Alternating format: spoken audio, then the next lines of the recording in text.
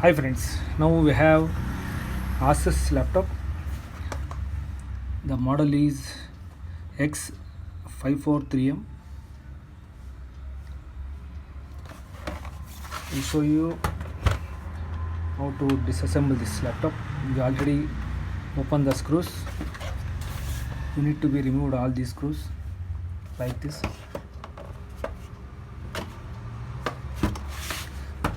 After this, simply need to remove this panel. While removing, don't forget to remove the cable.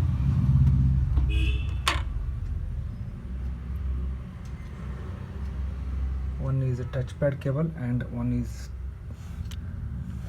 keyboard cable. Okay.